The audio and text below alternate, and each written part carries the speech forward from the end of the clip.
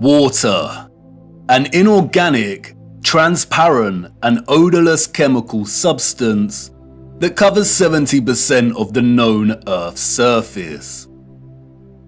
It is the driving life force behind the carbon-based organisms that flourish on our Earth. It borders and separates our lands and collects and solidifies at the inner and outer regions of our flat, stationary realm. God should have sent a message to the inhabitants of Earth and been precise and told them to watch the water, to meditate on its function and natural laws, because in their time a great deception would be cast over them, like a cold shadow of an unknown, nefarious king. And maybe God did send this message in the form of a flood, but its truth was mythologized and buried, and the lie propagated in spite of it. Resting water does not curve and convex. The natural laws of a resting body of water insist that it takes the exact shape of the container it fills, and always finds and maintains a flat level. Resting water always rests flat. And watching the water when we sit at vantage points, when journeying above in planes, and before we take a sip from our drink, we must remember to never forget this law. Most of us instinctively understand the laws of water, and yet many continue their day-to-day willfully participating in the nonsensical, heliocentric hoax.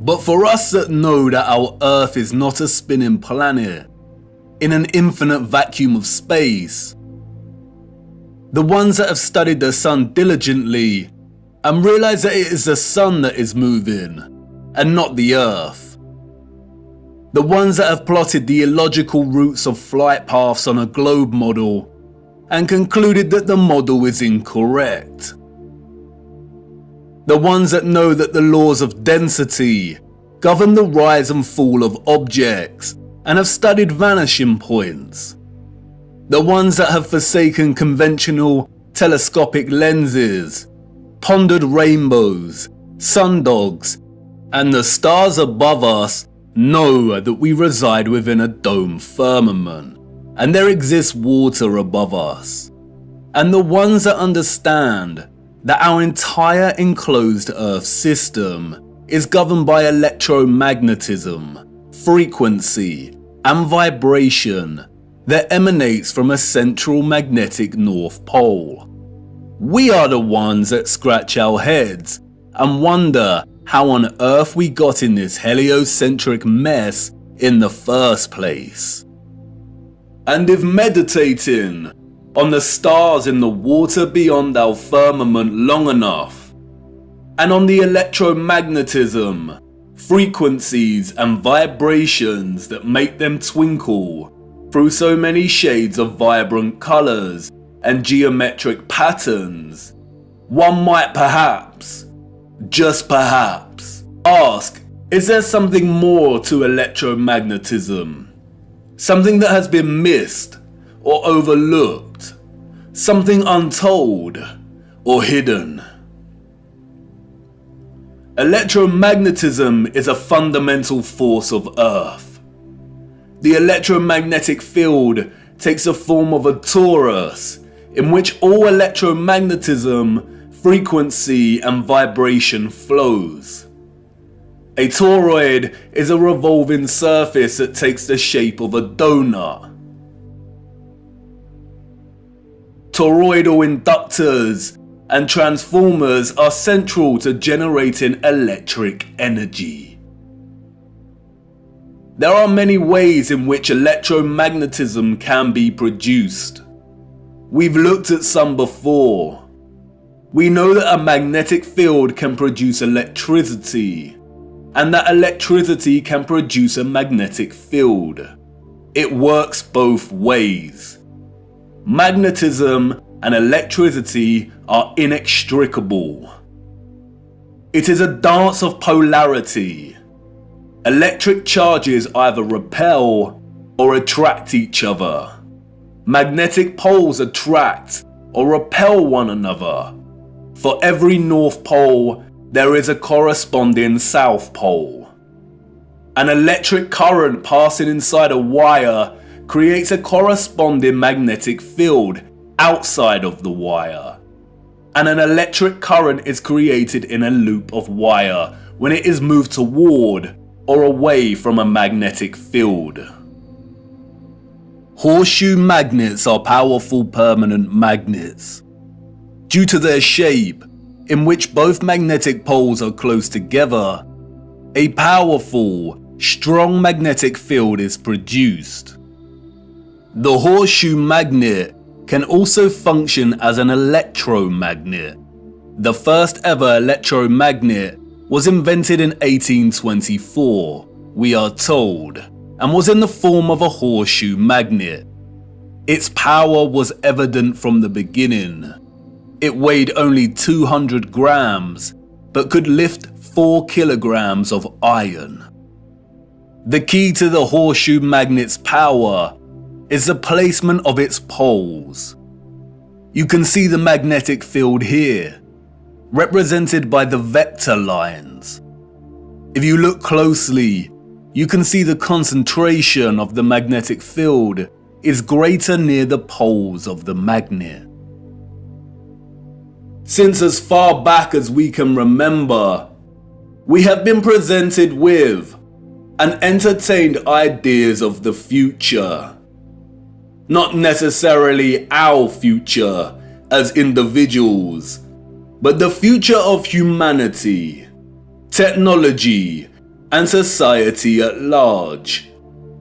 Whether it is in the form of Hollywood movies, you know the ones, the action films, the science fiction sagas, and the animated kind, or literature, music, and art exhibitions. In these we see our technology taken to its limits. Crafts fly, computers live, robots help out, holographic screens decorate every room. Cities continue to grow upward into dominating skylines. Some can teleport, and space travel is now possible and the accepted norm. Outside of fiction, we also have sobering documentaries telling us where we are heading, usually featuring narration by an old man, lamenting the unstoppable path we are on. It's all very serious. We are destroying our planet, the only one we have. And we have political parties, non-governmental organizations, and the trusted voices and scientific, award-winning geniuses sharing similar messages. And really, when you look closer at both the fiction and the alleged facts, they all share the same underlying premise and principles. We are becoming so technologically advanced that the planet we reside on is no longer enough, or can no longer sustain our activity. The advanced artificial intelligence systems, the flying crafts, the breakthroughs in cloning and medical beds mean that the natural world has suffered as a consequence.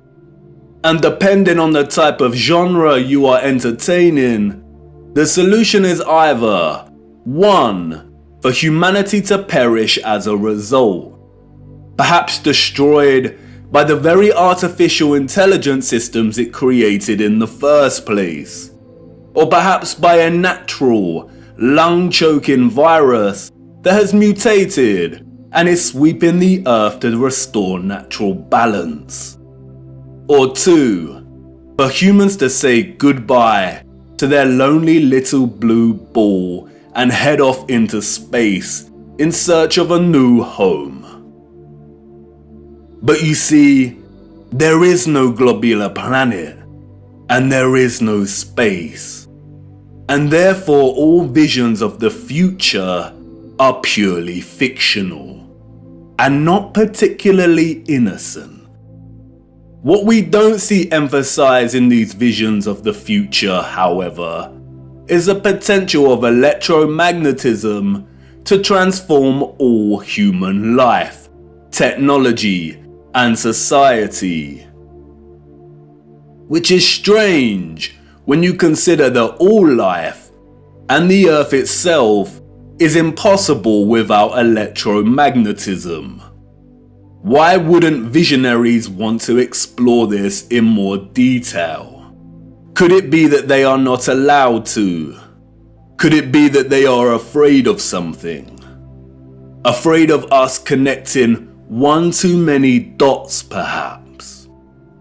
And again, horseshoe magnets can act as powerful electromagnets. If a civilization was to advance technologically through the use of electromagnetism, then the horseshoe magnet would certainly have a tremendous role to play in that development. Yes, it certainly would. And it certainly did. The horseshoe magnet.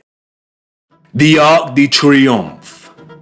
Yes, one of the most powerful electromagnets ever constructed.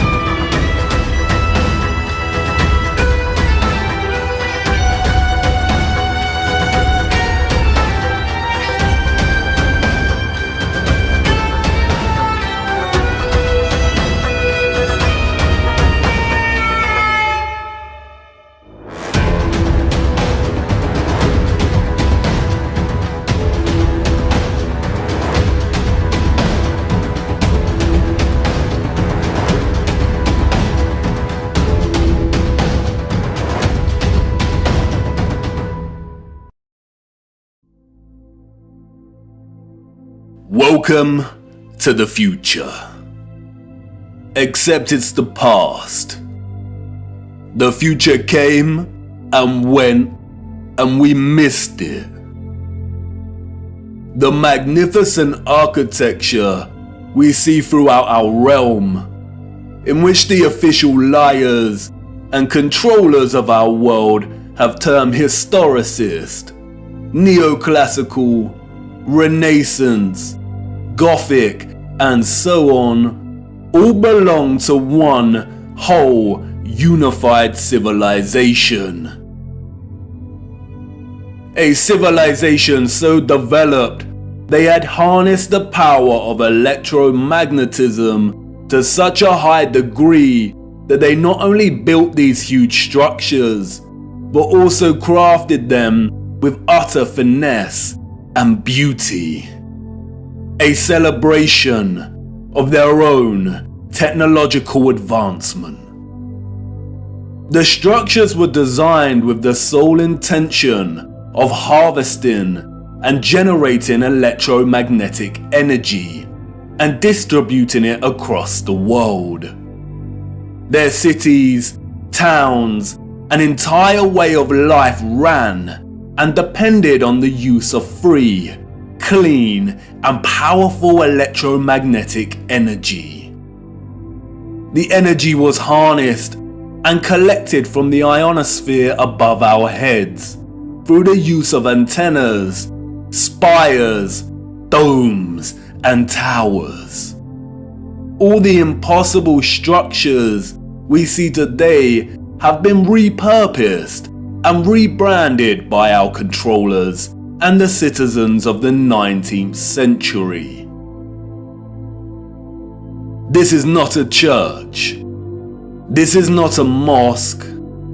This is not a castle. And this is not a government building.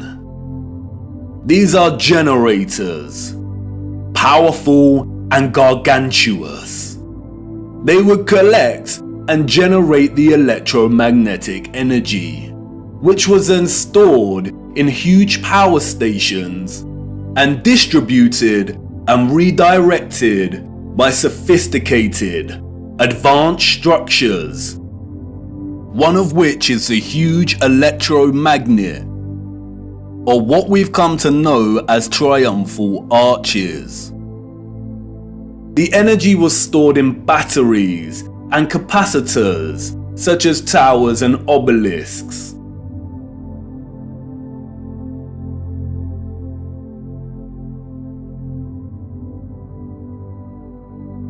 All cities were constructed across our realm in the form of one big, interconnected power grid, much like a huge computer motherboard. I already know what you're thinking. What? He's finally lost it. He had us with flat earth, but this is just too much. I know. The backup programming is kicking in. But before you turn away to leave and cast aside your muddy boots, let me show you how it worked. As you know, we live on a flat stationary plane. At the center is a source of magnetism at the North Pole, and directly above this is Polaris, fixed at the central and highest point of a wondrous crystalline dome firmament. Beneath the firmament, different layers of atmosphere exist at different heights. The ionosphere starts at about 30 miles above Earth. It includes the thermosphere and the mesosphere. The ionosphere is an electrical atmosphere that is ionized by the sun's electromagnetism. It also forms the inner edge of the magnetosphere. I know, a lot of big words and abstract concepts, but you are familiar with this process and have been witness to it every day for the entirety of your lives.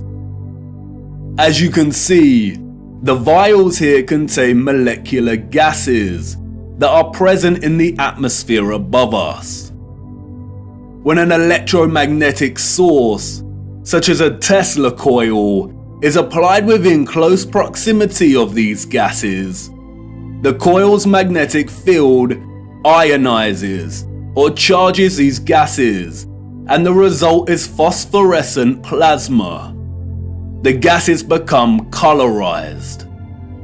This is why our sky is primarily blue, because the sun's electromagnetic presence ionizes the atmosphere, and the result is colored plasma. When the sun is entering or exiting our region, or what the liars of the world call sunrise and sunset, we see a variety of color gradients due to its distance from the ionosphere above us. When the sun is no longer journeying above our region, the sky loses its color and we can see the stars in the firmament beyond. Although the official scientists designate the ionosphere as an atmospheric layer, it is actually an ethereal layer. Ether is the fabric or element that carries electromagnetism. It connects everything in our realm. It is the fabric that makes the sun and moon and their concentric journey above our disk possible in the first place. Ether is the mysterious fifth element. It connects everything electromagnetically through vibrational energy. It is the glue, the web, the driving force behind absolutely everything. The four other elements, air, fire, water, and earth, only exist because of the ether. They are expressions of ether's vibrations. Cymatics is a good example of ether's presence. The frequencies fed through the Chladni plate make the sand or salt form precise and complex geometric shapes. The higher the frequency, the more complex the geometric pattern. But what is the conduit that takes the frequency's vibrations and allows the sand to take such shape? That is the ether at work. That's why we see fruits and vegetables that closely resemble cymatic patterns. It is the ether at work. All matter is ethereal, and the shape and form of that matter are different expressions of the ether, determined by frequency and vibration. Ether is the bridge between electromagnetic frequency and vibrational energy and the form of matter itself. You could call it the Holy Spirit of God. The historical and scientific discourse of ether is a deliberately manipulated one. The enemy introduced the truth only to discredit and subsequently bury it. Some of the alleged figures of the past have written on ether. The so-called Aristotle called it the fifth element. James Clerk Maxwell, the so-called father of electromagnetism, spoke of the ether, stating, "In several parts of this treatise, an attempt has been made to explain electromagnetic phenomena by means of mechanical action, transmitted from one body to another by means of a medium occupying the space between them." The undulatory theory of light also assumes the existence of a medium. We have now to show that the properties of the electromagnetic medium are identical with those of the luminiferous medium. The medium he refers to here is the ether. Albert Einstein and others successfully solidified the heliocentric model through fraudulent schools of scientific thought. But even Einstein could not deny the presence of ether.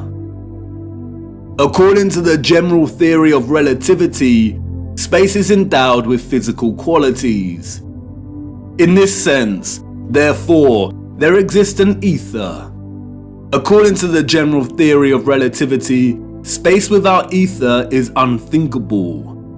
For in such space there would not only be no propagation of light, but also no possibility of existence for the standards of space and time, measuring rods and clocks, nor therefore any space-time intervals in the physical sense.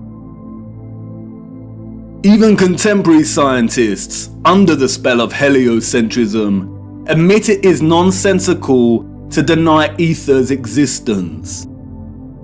Today, the vacuum is recognized as a rich physical medium. A general theory of the vacuum is thus a theory of everything, a universal theory. It would be appropriate to call the vacuum ether once again. Returning to the ethereal ionosphere. As I said, this layer of ether above our heads is a constant sea of electromagnetism, and is responsible for the colored plasma above that we call the sky. The source of its electromagnetism is the sun. It is because of this ionized layer that we get ionospheric lightning in the form of sprites, which in turn influence the thunderstorms below. An ion is a particle, atom, or molecule with a net electrical charge. Electricity is a continuous flow of ions. The electrolytes in our body are ionized. Everything is connected by electromagnetism and the ether. Our highly developed and sophisticated historical ancestors not only understood the workings of the ionosphere and the ether, but they had developed methods to masterfully harvest it as a fuel to power the entire Earth. And while the exact process by which they were able to extract the ether is deliberately hidden from us and remains unknown, the structural remains that humanity has since repurposed and reused as architecture offer us many clues as to how it all worked. The evidence is everywhere for those with eyes to see, and once you see it, it becomes so glaringly obvious that you'll kick yourself for never noticing in the first place. The matter is very complex, and it will take time to really flesh out. So for now, let's have a closer look at some of these structures, and I will introduce some basic concepts. As we continue our journey, we will explore everything in more detail. We see them everywhere. On top of all these magnificent structures, towers, spires, and pinnacles that rise into piercing antennas. It was through these complex antennas that the ether was harvested. You see, after the Great Reset of the 1800s, the enemy fractured the old world's unified understanding of God and created multiple religions to try and hide God and justify the existence of such grand and beautiful technological structures. And I know this may trigger some people, but stay with me, I will not let you down. But for now, it is critical to understand that a lot of the religious icons that adorn and make up these antennas were never indicators of different religions in the old world, nor were they intended to be. They signaled something else entirely. They are usually made from copper and gold. Both are excellent conductors of electricity. In many of the structures we call cathedrals, the symmetrical spikes on the pinnacles worked in a similar fashion, extracting ether from the ionosphere. Once harvested, the energy would inevitably have been drawn down into the top larger portion of these domed structures. When examining many of the interiors of these domes, we come to realize that they rely heavily on symmetrical ornamentation. This is achieved by indentation or cavities in the masonry. In the world of electromagnetism, a cavity resonator works through symmetry to produce oscillation or vibration of energetic particles. Symmetrical shapes force energetic particles or ions to vibrate in a constant manner. Is this why we see perfect symmetrical ornamentation within the ceiling of many domed structures? It no doubt sounds absurd, but the majority of these structures also feature a smaller type of cavity resonator, or what is more appropriately termed cavity magnetrons, that offer some clarity as to the real function of these structures.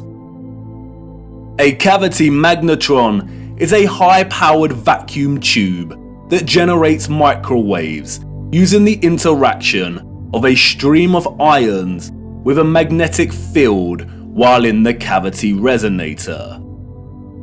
A magnetron operates through a hollowed, symmetrical vacuum.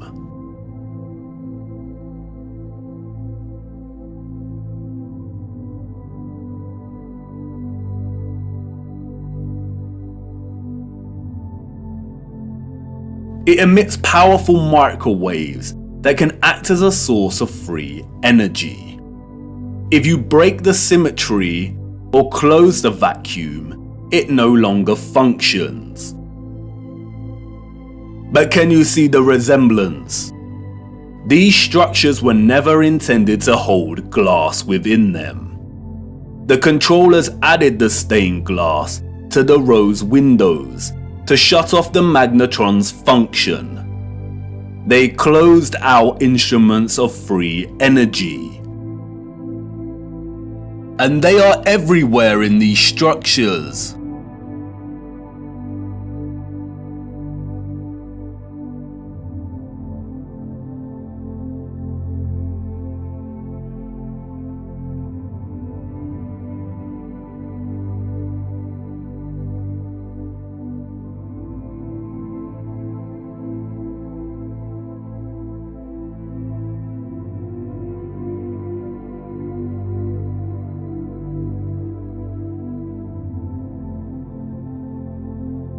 Interestingly, if you look at the geometry of entire sections of the structures themselves, then it becomes very evident that they functioned in their entirety like a cavity magnetron to generate energy. All cavity magnetrons consist of a central heated circular metal chamber in which the current leaves, and it's called a cathode. Look at that word. Cathode. Does it remind you of another word? Cathedral. Cathode. Like with everything else, they corrupt the truth and hide things in plain sight. The controllers removed most of the cathodes integral to these cavity magnetrons, but there are some structures today in which you can see traces of the old cathodes still present. The heavy reliance on symmetry and cavities within these structures is not coincidental. The symmetrical ornamentation would have worked in a similar manner, causing the energetic particles to vibrate in a constant manner. The flowers within the squares can be understood as similar to acoustic resonators, working to vibrate the ions. It is here that the energy would have been continually manipulated into vibrational and electromagnetic energy of specific frequencies. Really look at these magnificent acoustic resonators. Could you craft one of these by hand today? And at such height? Why would an underdeveloped people spend so much of their time crafting such perfect symmetrical ornamentation, especially if it had no function and was purely aesthetic? They wouldn't. The cavity resonators and magnetrons would have had to have worked in partnership with a central engine or reactor contained within all these structures. Both resonator and reactor are interesting words. Just like the words conductor, generator, creator, and the name Mercator, they all contain the word Tor within their linguistic structure. They hold a linguistic memory and pay homage to the torus or toroidal field. The torus is the flow of electromagnetism. Without this flow of energy, there would be no life on Earth. No one can really know for sure, but some have suggested that the engine was probably similar to a fusion reactor. The traces of these engines can be found within all of the larger generators. The empty shell of where the engine used to reside is usually, but not always, octagonal. It's been right in front of our faces the whole time. The controllers remove the engines, sometimes repurposing the space as baptistries and bandstands, sometimes just leaving the base either barren or attempting to cover them up. We see these octagonal structures in cathedrals, government buildings, mosques, and detached bandstands. And unless they have been repurposed, these structures seem to hold no overall function. They do not contribute to the overall structure. They appear superfluous and unnecessary. Theories have surfaced that the engines or central technological mechanism was similar to a tokamak. And while I do not subscribe to this idea, which will become evident as to why later in our journey, for now we will use it for illustrative purposes. A tokamak is a powerful device that uses a magnetic field to produce plasma in the form of a torus.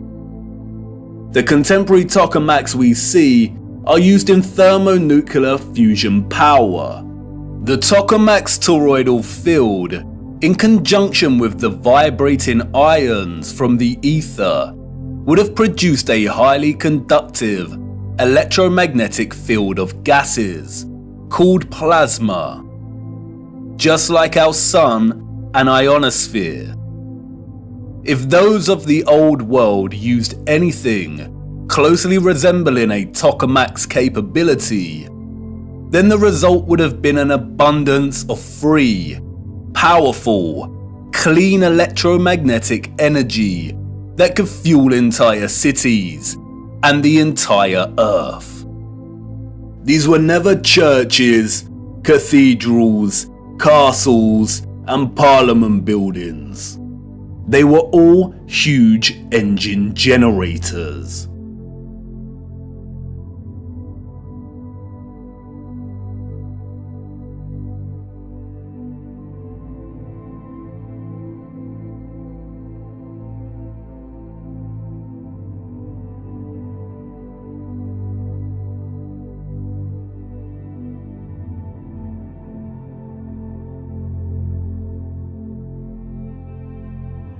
The controllers invented labels and terms such as Renaissance, Greco-Roman, and so on to describe the style of these structures. But as you can see, all these magnificent, impossible structures all share the same fundamental structural principles and design, despite location, time period, and cultures. And this is because they were created with the sole purpose of generating energy. And just because these structures were never used for prayer and worship does not mean they were not holy sites.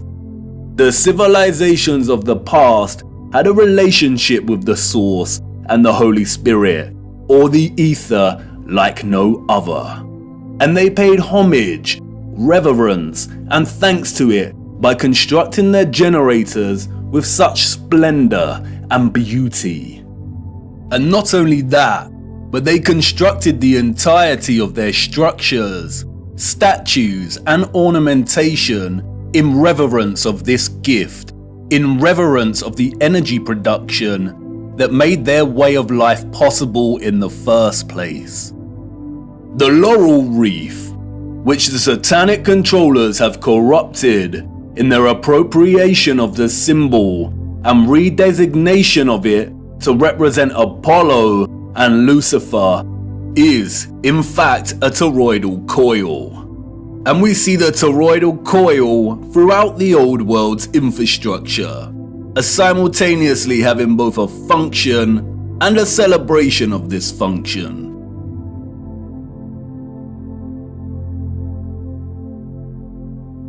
Electromagnetic coils are electrical conductors. They are used in applications where electric current interacts with a magnetic field. In devices such as generators, motors, inductors, and transformers. Most coils take the form of a toroidal coil or spiral. Wire coils are used in conjunction with a magnet to produce powerful electromagnetism. The more turns of the wire, the stronger the magnetic field. Coils generate vortexes, which in turn create an electromagnetic field. It's all one interconnected system.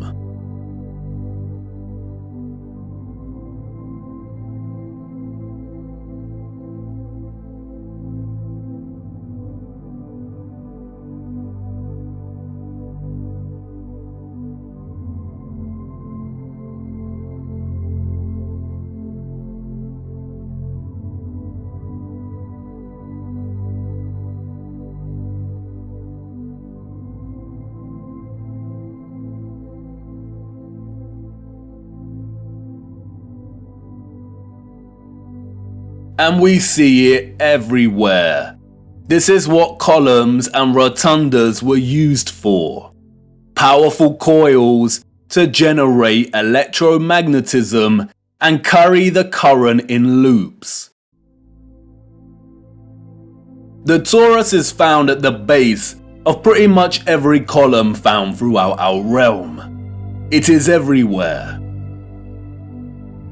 Look at the movement of electricity through a wire and the simultaneous magnetic field it produces. This is exactly the shape of a column. And we see this present in all of these gigantic and meticulously crafted columns.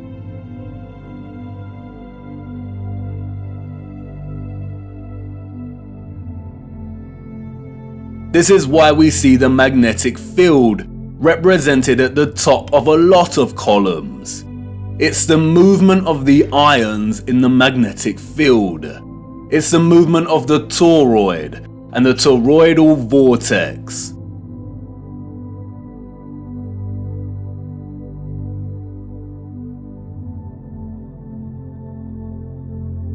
As you saw, coils of copper wire are essential in electrifying the magnet. And I know what you want to say. That's great, but the columns and other structures you are referring to are made of stone. But you see, all of these impossible structures are made from a mixture of stone and metal. They used iron bars in their construction. Iron is magnetic.